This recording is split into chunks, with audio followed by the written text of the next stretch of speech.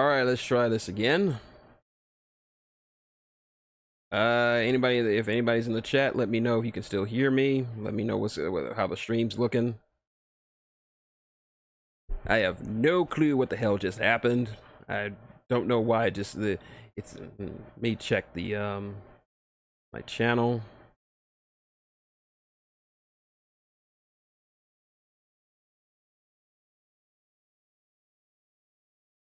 All right, we're back on. All right. All right, we're just gonna wait for everybody to filter in, and then I'm gonna keep on going. All right, we're back. Thank you. I have no idea what the hell that was. It just looked like it just cut out it just stopped streaming for a bit, even though it was still streaming on my end. But let me see notifications. As for some reason it says I'm dropping frames. I'm not sure why. This is not a frame intensive stream or anything like that. But anyway, let's get back to what we're talking about. We're talking about Miss Rhys Fode. Like I was mentioning earlier, I came up with the quirk of all of the elves in my story, that in my book, that has double letters. So if you go back, almost every named elf in the book has double letters in their names. I just want that to be a quirk of the species. Like I said before, I based her off of a character from War Machine that we'll be talking about on the next stream. Hopefully, or in the next streams to come when I get into War Machine discussions. She was a character who used a sniper rifle, and I wanted a sniper on my team. And I decided to make it an elf because I wanted to base her partially off Legolas from the Lord of the Rings series. And what would be like, and we all know, anyone who's seen the Lord of the Rings movies knows how disgustingly good Legolas is. So, what would be the modern day equivalent to a bow and arrow, or to a longbow? It would be a sniper rifle. So, I made her into a sniper, complete with the hair. Yep, very pretty. All right, moving on. And here is our delicious little madman munchkin, Thorgan Riffall. Yep, he's actually based off another character from War Machine called Thor. He's actually, there are dwarves in War Machine. I'll get to them in another date. I wanted him to have a beard, not a full beard, to notice the beard, the size of his beard would note just how young he is, because the older dwarves in my story get, the bigger their beards are. So he's still relatively very young. He needs to earn his whiskers, as they say. I wanted to be slightly psychotic, a little bit crazy. A nice little, he would be the Rocket Raccoon of the group. If this group was the Guardians of the Galaxy, Thor would be Rocket. A nice little beat stick. And another Lord of the Rings thing for this is, not sure if any of you have seen the Hobbit movies, and there was something that that Peter Jackson added in the second movie that carried on to the third movie, and that was the relationship between one of the 13 dwarves, Fili, one of the younger twins, or the younger the two youngest dwarves of the group, Fili and Kili, who were actually Thorgan, who was actually Thorin Oakenshield's nephews. So there was they started up something of a relationship between Fili and a character made up for the films, Tario. She was an elf, a woodland elf, who was raised in the realm alongside Legolas. And while it was clear that Legolas had some very strong feelings for Tario, it was obvious from the beginning that she started having yeah, we're judging. Yeah, that's okay. That's weird. Yeah, that's a weird add-on, but yeah. And I found Tario was okay as a character. I didn't like her, nor did I hate her, but I did find her relationship with, or burgeoning relationship with Fili, to be interesting, because up to that point, I never even imagined that a dwarf and an elf could potentially be in a romantic relationship. And I really wanted this something to happen to it, but unfortunately, Jackson had to follow the books, and in the books, Thorin, Fili, and Kili all died in the Battle of the Five Armies. So yeah, so I decided, you know what, this would actually be good. So I put them in this, and I made it sort of a bickery relationship between them, like with an undercurrent of affection there. It will get expanded upon in the next books, so there's that. And of course, there's the big guy. And I'm not talking about Ryback, I'm talking about Groose. Because, like any good group, you need a heavy. You need a big, strong guy that just beats ass. Now, I took inspiration from him from two sources, in fact. One is the most famous and most infamous Wookiee of them all, Chewbacca. Yeah, ran that meat bowl like a pro. That's he did. I based him partially on Chewbacca from Star Wars, and being because in the at least in the old EU, Chewbacca was legendary on Kashyyyk. Like everyone was knew who Chewbacca was and was fucking scared of him or was impressed by him. So I based a little bit on that. The other was, of course, Groot from Guardians of the Galaxy. So I decided I wanted to go a little route with him where, similar to the fact that only the characters in both Star Wars and in Guardians of the Galaxy know what those characters are saying. So I just made up a language, Sasquatch, just a yeah, especially how Chewbacca died in the old EU. He died like an absolute bastard, like a boss. Took a fucking moon crashing into him to finally kill him. So yeah, I just wanted him to just be this big, burly, Sasquatch-looking motherfucker. And his appearance is also partially blamed. It's partially of another character from War Machine called Thrak. He's a dire, he's a Trollkin. His appearance, the beard, the broken tooth. Yep, went down like a freaking boss. And I just added in, like, what if he was just like a not a womanizer, but just a guy who just liked to get his dick wet. And just this big guy who just seems to be able to get poontang whenever he wanted. So I really went with that. And it was fun writing for Groose. And you can tell it's part of his name. Groose. Groot. There you go. And there's our lovely, lovely Faye, the hacker extraordinaire, Miss Jinx. I wanted a Faye in the group, just as sort of like an information broker of sorts, like a hacker, but very punkish. I really like how my artist drew her eyes, because it really feels you can tell by just looking at her that it feels like her eyes could just change color at any given moment. And I really like that for her. And I went with the pink hair because one of my favorite characters of all time is Sakura. I don't care what anybody says. I still like her, even though Kishimoto completely screwed the pooch with her. I still a little homage to that.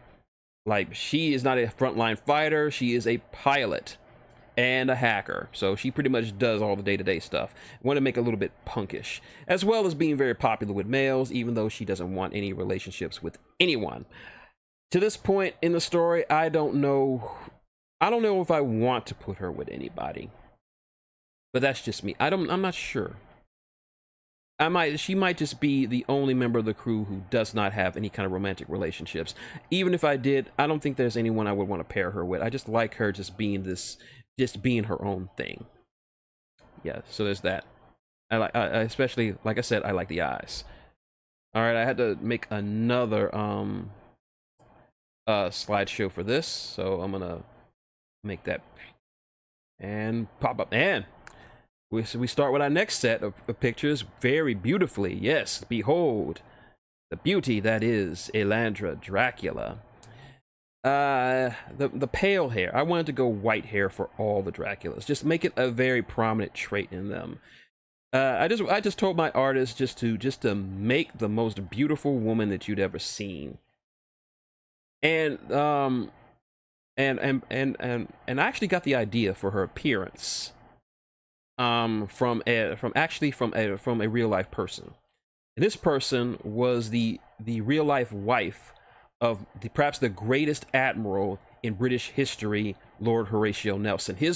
If you've seen, look up her. She was a model for a lot of artists at the time. She was fucking gorgeous, and I showed my artist this and like, yeah, make her, but make her a vampire. So I went with that. The white hair, I just made her flirty. Originally, I wanted her to be like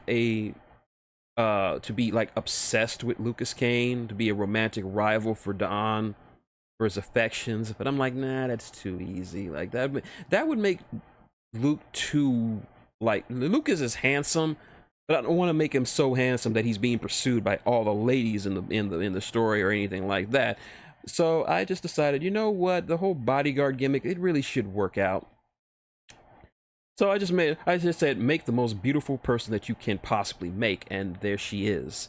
And tell me you would not jump at the chance to be with a woman like this.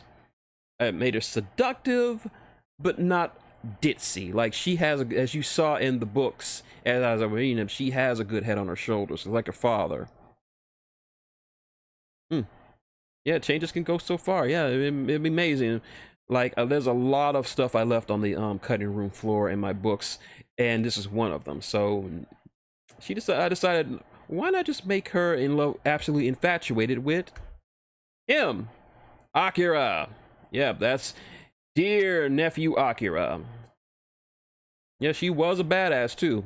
I didn't want to make her too OP, just made her well enough that she could hold her own. And of course, this is Akira, messy black hair, the bronze skin, and I really wasn't going for this, but my artist really went above and beyond with how Akira really looked. I especially like the little wolf pins on his collar. I didn't ask them to do that; they just threw that in because I told him he was going to be a Lycan, and I'm like, you know what? That works. Keep that shit in. He's like, I'm sorry, I didn't mean to overstep my bounds. I'm like, no, keep that shit in. I like it. Yeah, Akira. Yeah, I loved writing for them because it's obvious that he has some feelings for her, but he's just so damn professional, and he wants to keep it professional. And she sees him more than just as a sex toy. Like, they haven't fucked yet. Yeah, but I've shown that the two of them are very close. That she relies on him for support, and just I wanted them to have a very, like, obviously, like, she's like, think about it, like they said, she's the most beautiful woman in the entire fucking empire, and she could have any man she wants, and now she wants the man who thinks of her as a brat. And the fact that he's just so good at his job that he can get away with doing that, making him Lucas's nephew, that came at the last minute. Just as I was writing for him, like in the chapter when he was introduced, just as I was writing for him, and I just decided, you know what if he was his nephew? We can go with that. Make him a Barbossa. So I just made him a Barbossa at the last minute. And I had hell of a lot of fun writing for these two, and hopefully I'll write some more. The next book, yeah, it's gonna be some crazy shit going on with those two. I'm not gonna spoil anything, but it's gonna get X-rated in some parts, and I hope that if I ever read the next book for YouTube, that I don't get demonetized for anything. So there's that. There we have it. Some would call him one of the standouts of my book. His Highness Emperor Vladimir Tepesh Dracula the Fifth. I was originally just gonna make him just a stoic, just this big, mean, imposing motherfucker, but then along the way I thought, what if I just made him a total weeb, a total geek, that he only looks like that around the general populace, but around everybody else he's just a total weeb. So I just decided just to make, like, I'm not gonna go for the whole emperor and intimidating motherfucker or anything like that. I want to do something different with my emperor. My emperor is gonna be funny. My emperor is gonna be incisive. My emperor is gonna be observant. He's just gonna have his head in the game at all times, but also, yeah, he has screwball personality. Anybody who liked it never saw this twist coming when it came to the Emperor's introduction, and they love him for it. A lot of people say they found him to be their favorite cast member outside of the main crew. So, and of course, I had to take him off the board because he is the strongest vampire in the entire empire. So, how do you assassinate somebody like that? You just make it so that he's in a position to be assassinated. So I came up with the whole poison thing.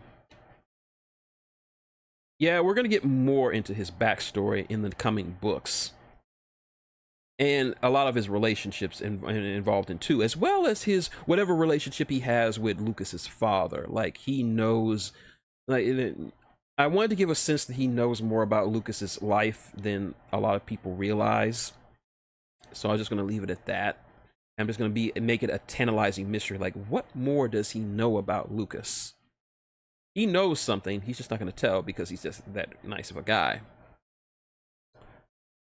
And here is our humble narrator, the Stranger, complete with his monochrome hairstyle and dress, and of course, those haunting green eyes. Yeah, I just wanted to make him unsettling, delightfully unsettling, but unsettling nonetheless. Now, I was just going to make this story straight up. I'm just going to tell it in the same way everybody else tells it. So, but I read a lot of books in preparation for writing New World. And one of the books was none other than The Hitchhiker's Guide to the Galaxy, written by the late, great Douglas Adams.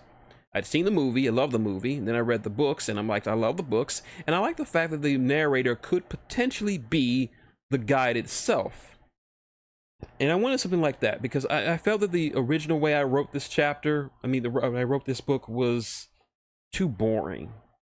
And I wanted it to be a character in the story. Like, he's in such a temporal state in his life that he can break the fourth wall if need be, but not in the same way as Deadpool. Like, and his perception of time is very similar to a Time Lord. Like, he sees the past, the present, and the future all at the same time, but just not in the right order. So that's why he knows a lot about Lucas Kane, but not really knowing Lucas Kane because he hasn't read him yet.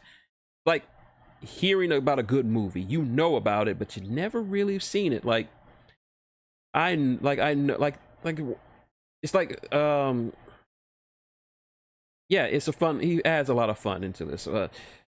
Sadly, unfortunately, a former associate of ours from the CBR forums, I actually let him read a detailed manuscript of it, of the first of the prologue, and he said that he found the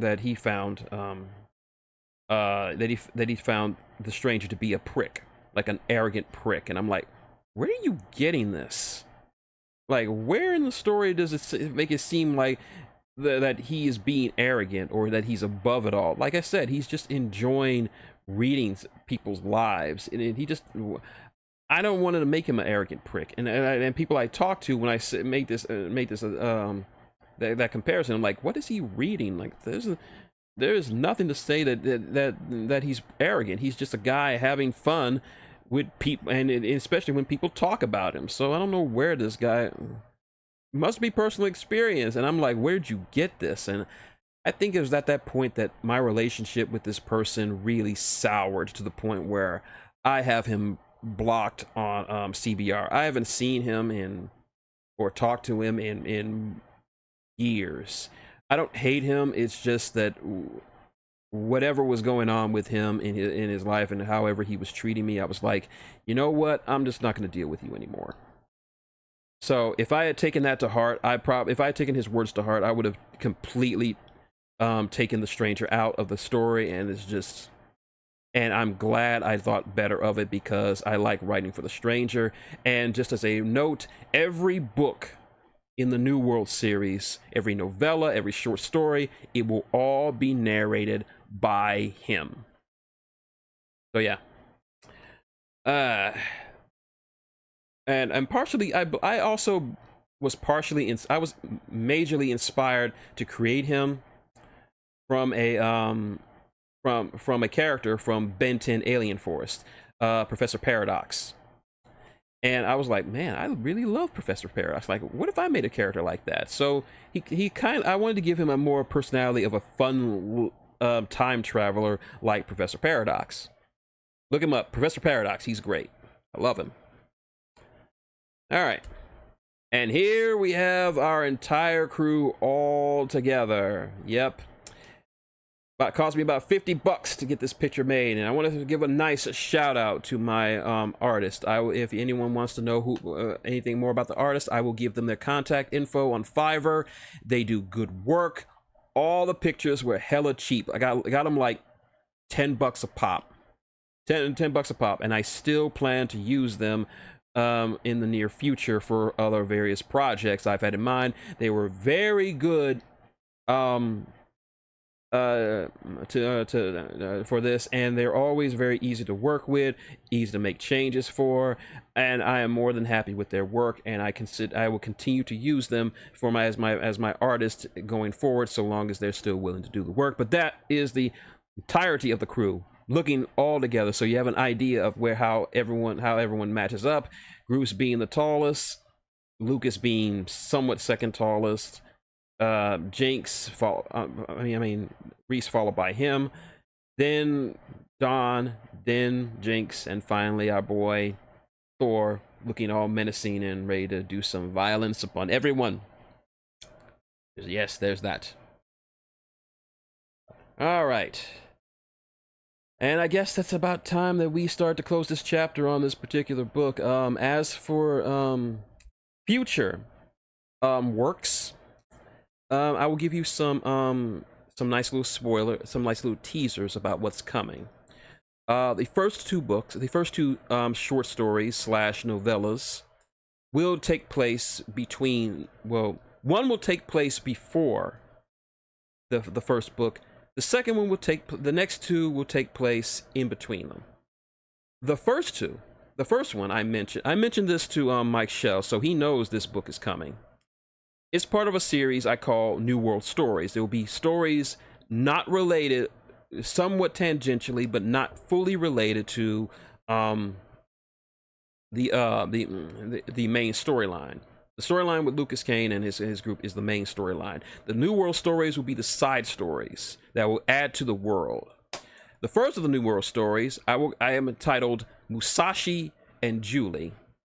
And this stemmed from a conversation that I had on CBR a couple of years back, when someone mentioned Julie Daubney, a 17th century openly bisexual opera singer who was also an accomplished swordsman, considered by many to be the best fencer in the entirety of France, if not all of Europe. And her life was just was cracked out, to say the least. This is a woman who, by the age of 16, had more lovers than I care to count. She was already banging her fencing teacher and two other guys. In fact, one story is she got into it with three guys, dueled them, beat the shit out of them, but then she realized, hey, I may have gone a little bit overboard. So she visited one of them who was still laid up in hospice, and she said, hey, I may have gone a little bit overboard. And he's like, that's okay, mademoiselle, you did what your thing. And she's like, okay, wanna fuck? Yeah, and they fucked right then and there. Yeah, Julie was not to be under. If she wanted someone, male or female, she was gonna go after him. Her most famous story was she was in love with this girl who was of a high noble standing. Her family knew about Julie and decided to send her off to a fucking convent. And Julie was like, oh, I can't get at her. I might as well not do anything. And I'm like, that's what you'd want me to say, wouldn't you? Nope. Julie, and this is true. This is very, very true. I'm a history buff, and I done my research. This is true. She pretended to take the holy vows, dressed up like a nun, found her girl, set fire to the nunnery, and then she and her girlfriend escaped on horseback as the nunnery burned to the ground. The woman was an absolute cartoon character, bisexual as all that be damned. She didn't care. If you had a problem with her, she'd take you outside and sword fight your ass and beat you to a submission, probably while singing an aria or something, or a song or an opera she made up in her head, talking about how much of a lesser man than you were than her. So I got to thinking, what if she met one of the greatest warriors in history? What if she met Miyamoto Musashi? So that's the point of the story, that she is going to meet and eventually fall in love with the greatest samurai who ever lived. Now, if you're probably wondering, well, that's not impossible because he died more than 80 years before she was even born. There's a story for that, and I'm not going to spoil it, but that's what's coming up. The second novella will be focused around the crew. It will be a very short one. And it would be, what if the heroes of this story decided to play a game of D&D, or a game that's like D&D? Imagine that. Them playing a D&D campaign about fictional versions of themselves. And I've already got some ideas for it. Reese will be playing as a dwarf, and she'll be like, my character is Dirty Stinky Dwarf. Dirty Stinky Dwarf's main trait is that he is a dirty stinky dwarf. And she just trolls him throughout the entire session. And Jinx, she's like, I want my character to be called Kanye the Giant. Like, what? My character is going to be called Kanye the Giant. Kanye the Giant's gods are money and bitches. So yeah, look forward to that. Yeah, it's gonna be great. As soon as I hammer it out, it's gonna be great. Then the next book, we're going to the Protectorate. Straight up, we're going to the Protectorate. And we're gonna meet the Protectorate's bishops. We're gonna meet a lot of folks there. And we're gonna meet some legends. Some of them based on a few people from Bleach, maybe, maybe not. Gonna be some fighting, some great stuff happening. Then after that is gonna be two side books. With gonna be two side books. One book focused entirely around the last case of Lucas Kane, the case that made him quit, the case where he got his guns, those two revolvers that he loved so much. This is gonna be the case. It's gonna be nasty. It's gonna be brutal. It's gonna be not nice. So there's that. And the second book, it's going to detail the war between the Protectorate, how it started, how it was fought, and how it ended. And it's going to introduce a lot of characters. It's going to be a lot of interesting stuff, a lot of world building, and something that happens in the story that you're not going to be able to predict, but is going to be seen. Also, let's see. The only other two books I have in mind to write as far as New World goes, it's going to be one book is going to be called The Idiot's Lantern. And it's about a college professor who's an elf who actually moonlights as a professional exorcist. And she uses a lantern to help her fight demons and possessions and stuff like that. And the third book, and the other book I'll call Jack Congo, Agent of Shade. Shade is a information gathering organization that works within the Empire, and Jack Congo works as one of its premier agents. I'm not going to say too much about Jack Congo. Let's just say you're gonna enjoy listening to him. So that's all. That's what I have planned for the future of New World. As for the future of this channel, like I said, next time we stream, I am going to be talking about War Machine, and I'll be giving a deep dive into the lore. I have all the source books. I have all the revised source books. I damn near know the lore inside and out. And I'm going to try to share it with you. I want to do at least the first stream will be at least a general background of the world of War Machine before we get into the factions. I'm not sure we'll get into one faction over another. And I'll tell you this, for each faction, I will do a deep dive into the various characters and units and warjacks. I'll tell you what a warjack is soon when that series come up. And I'll give a deep dive into the lore of those characters. The lore here is deep. It's like I said before to other people, War Machine is like Warhammer, just not grimdark.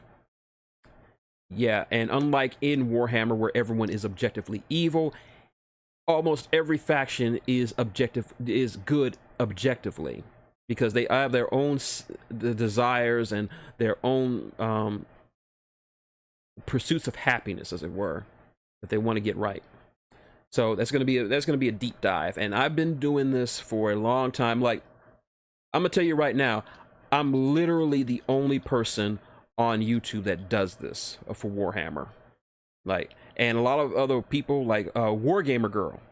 She does a lot of tabletop stuff. She does a lot of tabletop painting. She says she's a fan of mine. She listens to my stuff, and I'm like, wow, you actually listen to me? So yeah, there are a lot of channels that just dip their toes into War Machine. I'm the only one who does it deep, and I've been doing this for like 10 years. So I might as well just do this on stream, just so people can know what exactly War Machine is, and hopefully they can get more into the stories. And I do also have a few of the novels myself. So there's that. All right. And with that, I think it's time for us to wrap things up. And once again, I want to thank everybody who came out and watched in the chat. Thank you, Devil, LPH, Mike Shell, Griff, when he pops in every once in a while, Airball, and pretty much anyone who listened to me read my book on here. I started doing this, like I said, because the people who were supposed to be helping me to make my book a success didn't. In 2 cases, took $300 of my money, and I didn't see any return on it. So I'm like, fuck it. If I'm gonna make some kind of money on my book. And so far, the engagement has been there. The views have been a lot better than I thought. So much so that if they keep up at this rate, I'm actually get paid for my channel for the second time in my entire career as a YouTuber, because I only need like $10 more before I reach the minimum 100 threshold, and then I can start getting paid, or at least I get a paycheck, because as it stands, I make like $1 a month doing this. $1, maybe $2 if I get enough views. But like I said, if I'm gonna make some money and I'm gonna do it on my terms. So fuck you. If you took my money, fuck you. I don't need you. I'm gonna be a success without you. And fuck you for blaming me for my own failure, for this failure of this, when I was just taking your advice and you were taking my money. So I'm gonna make this a success. So it was a pleasure to read this for this last month. It has been fantastic hearing especially you, Devil. You've just been one of the MVPs, and I am just glad to have something to have someone listen and help me read this stuff and just react to my book and just be enthralled by the world I've created. And I spent 3 years of my life hammering out, and the rest of my life is going to be dedicated to this. So again, thank you. Fan interaction when it comes to my book it means the world to me. So thank you so much. And to everybody in the chat, everybody who bought a copy, if you're still on the fence for buying a copy, it's in the pinned comment below. Timestamps on the video. Just thank you just for listening, and thank you for the extra views, and thank you for all of it. So that's just a lot to get through. So I guess I don't know when I'll stream again. Yeah, good. Yeah, I'm glad I could help you write, because yeah, if you don't know, Devil is a writer, and he has a lot of interesting ideas, and I'm just glad some people will write. If I can inspire someone to write more, that's great, because folks need to write more. And considering the dreck that's out there, that's being pushed as well, the crap that's out there, folks need more substance in their books. And hopefully, Devil, you'll be able to publish your own work too. I've still been reading most of it. It's still pretty good. Dense lore, but still pretty good. And also, if you have gotten this far and listened to my book, please head over to the Amazon page, leave a comment, leave a review. Since I basically read it for you, you now have an idea, you have an understanding of what this book is about. Leave a review. All of it helps, and hopefully I'll get some traction and get more people to get more eyes on my book, and I can start making a little bit more money. But anything is appreciated. So Devil, since you've read it, I know Mike wanted to try to leave a comment, but Amazon were being dicks about it, and I wish it would show more. But leave some for the at least try to leave some for the ebook. I get more money, and I get more viewership for my ebook than I do the physical copy. But don't worry, if eventually one day, if I have the money or the time, I will do a second edition of the physical copy of the book including all the extra stuff that wasn't in the original run of the book. So there's that. So with that out of the way, it's time to say goodbye again. I'm not sure about when I'll stream again, probably next week. Make sure you do whatever it is. Thank you, my friend. Thank you all so much for the support. It means the world to me. So until next time, this has been Shin Tiger Curl, that dude in the straw hat, saying good night and see you